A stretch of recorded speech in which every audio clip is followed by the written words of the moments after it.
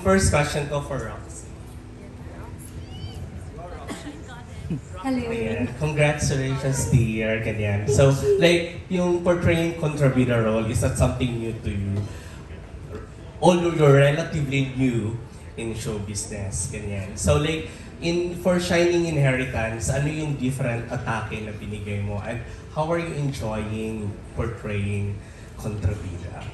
Takot ka ba na nakakahon ka na sa gano'n?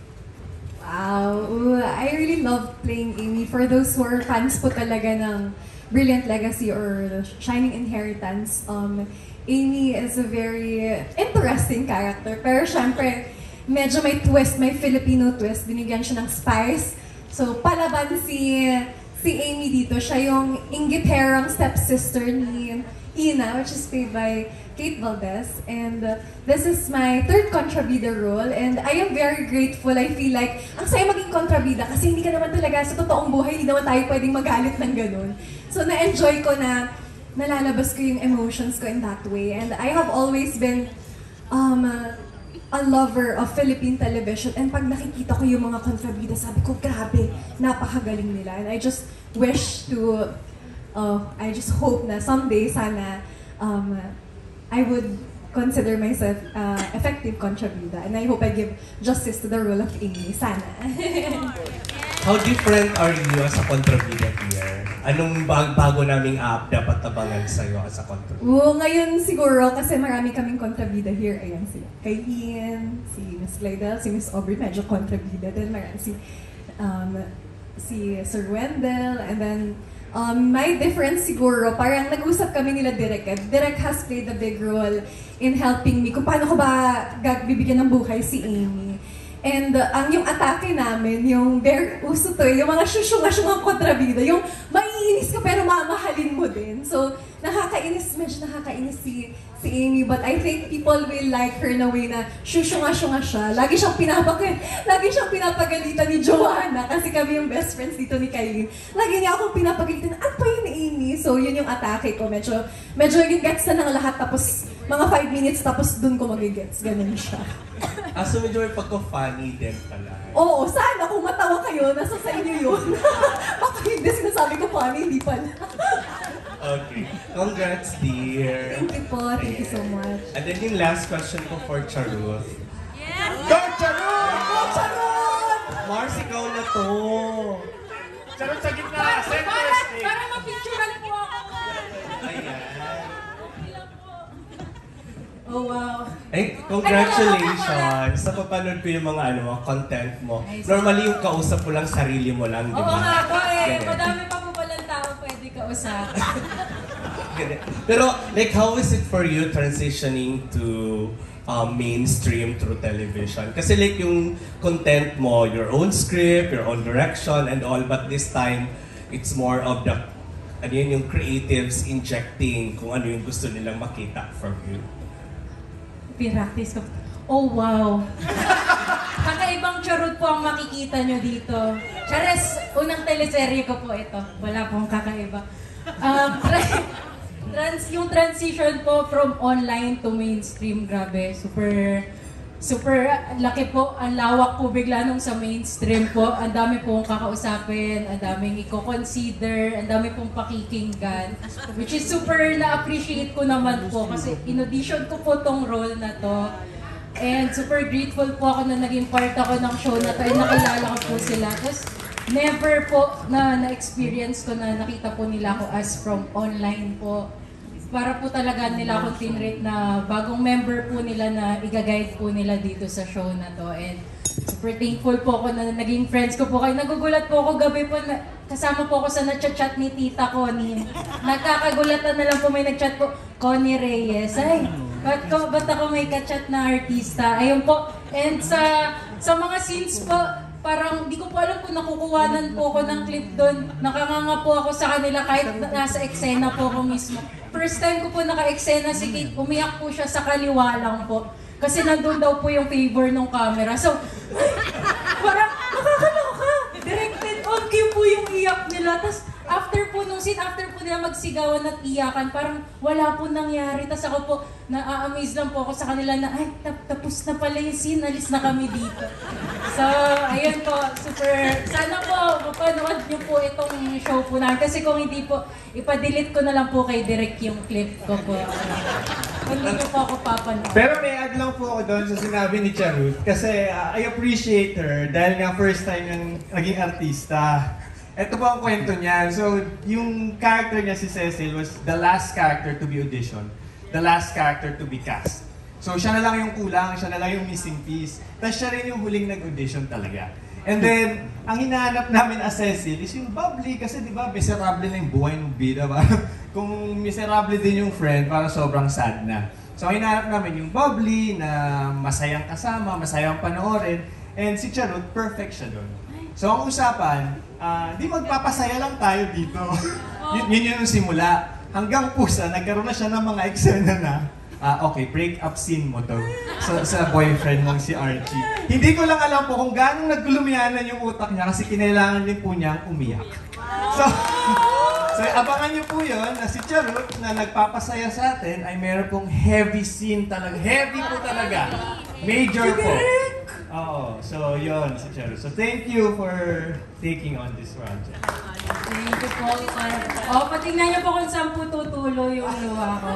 Kasi po naiyak, actually yung iyak ko po nun sa pressure na lang po. Kasi sabi ni Direk, kaya, hello, kaya pa ba? Yung acting ko, tsaka paggabi na, yung continuity, tapos umiyak na lang po ako dun. Tapos habang naiyak po ako dun, okay, next scene, dito masaya ka dito. Tapos nagano po ako. Ayun po yung mga aaralin ko pa po sa pag-aartista, yung mabilisan pong palit. Last na lang, how are you in terms of getting feedback? Like, kasi like, di ba, when you do your own content, sarili mo lang yung nagsasabi, maganda na ginawa ko, ganyan. But this time, dapat si Direk sabihin niya na okay yun, di ba? How are you with that? Nakaka-pressure po. Pag po binibigay na po sa akin yung audio po, parang kausapin ka daw ni Direk, Huwag niya ibigay yun. Tapos sasabihin lang po, Charut, okay ba tayo? Nagigets mo naman yun dito. So, ako po, itatake ko po na lahat ng mga ito pong mga new experiences ko po, learning opportunity ko po to para mas maging better naman po. Ayun po, thank you po. Congrats! Thank you po. Mag-host na po ako. Baba po muna ako, sandali po. Okay! Next, Miss Kate at the heart of Random Republica.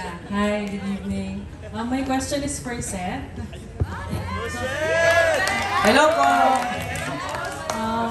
What can you say na si Miss Connie Reyes na nagsabi na magaling ka? And can you share kung gaano kadali o gaano kahirap yung gumanap ng isang mentally challenged na? Wait lang. Miss Connie Reyes, sinabihan ako magaling. Naku, magaling na ako nun. Thank you po. Siguro po, medyo challenging din po kasi yung role ko na may mental illness. Nung nag-audition po ako for this role, hindi ko po talaga akalain na ako yung nakuha. Kasi ang dami pong bata na nag-audition. So nung nakuha po ako, nagulat po ako. Sabi ko, paano ko gagawin to? Yung mga roles ko na iba mga normal, paano kaya to? Buti na lang po, kasama ko sila Direk, yung mga other cast po na nandito po sila, tinutulungan po nila ako na mas mag-grow po yung skills ko sa acting and mas maging natural po yung role ko as si Nono. Ayun po, sana magustuhan niyo po yung pag-play ko po as Nono. Abangan niyo po yan. Thank you. Thank you po. Miss Connie, even in your... Miss Connie here.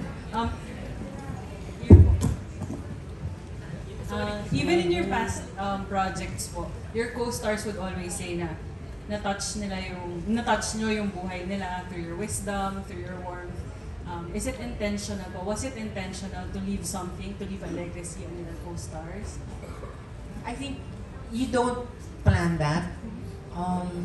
Maybe it just happens. But one thing I know is that I always pray for my co-actors, the production staff, even the crew. I pray for the management of the network.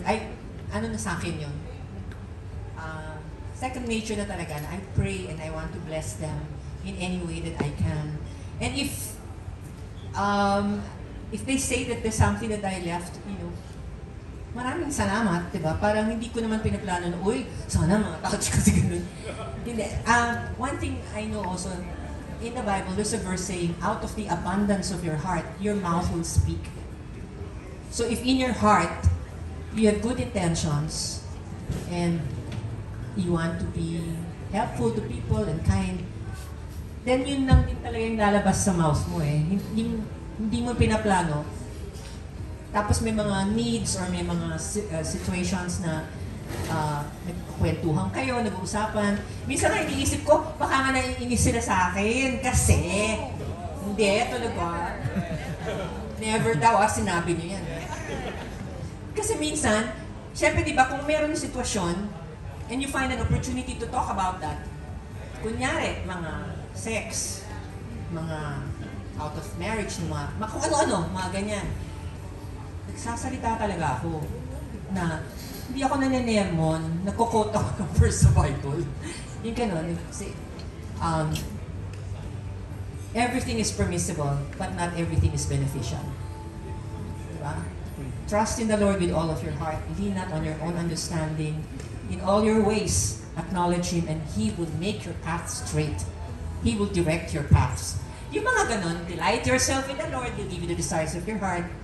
Mga pahapyaw, mga ganyan. So minsan nga iniisip ko, well, thank you na hindi pala nyo, welcome pala ninyo yun. Pero kasi talaga ako, hindi ko pinaplan, hindi yung parang ganito gagawin ko kay ganito ngayon. Kunyari, like if Kate will knock at my door, hindi ko naman alam na she's going to be knocking at my door. If Paul will just burst in my dressing room, I don't, or Kate will just come in. She just comes in crying, she just hugs me, I just hug her back. Or if Michael will, we just make kwento also, or things like that, about his family. And then I share, ganyan, parang wala lang. I just want to have fun with all of them. And if by working and having fun with all of them, they pick up something, then thank you, Lord. Si Wendell, bago pa nag-start yung show, tinawagan niya ako, ilan oras tayo nag-usap? An hour. Yun, kasi ang dami niyang mga tanong. Tapos pag salakin, huwag mo akong tanongin dito kasi nag-aaral ako ng linya ko.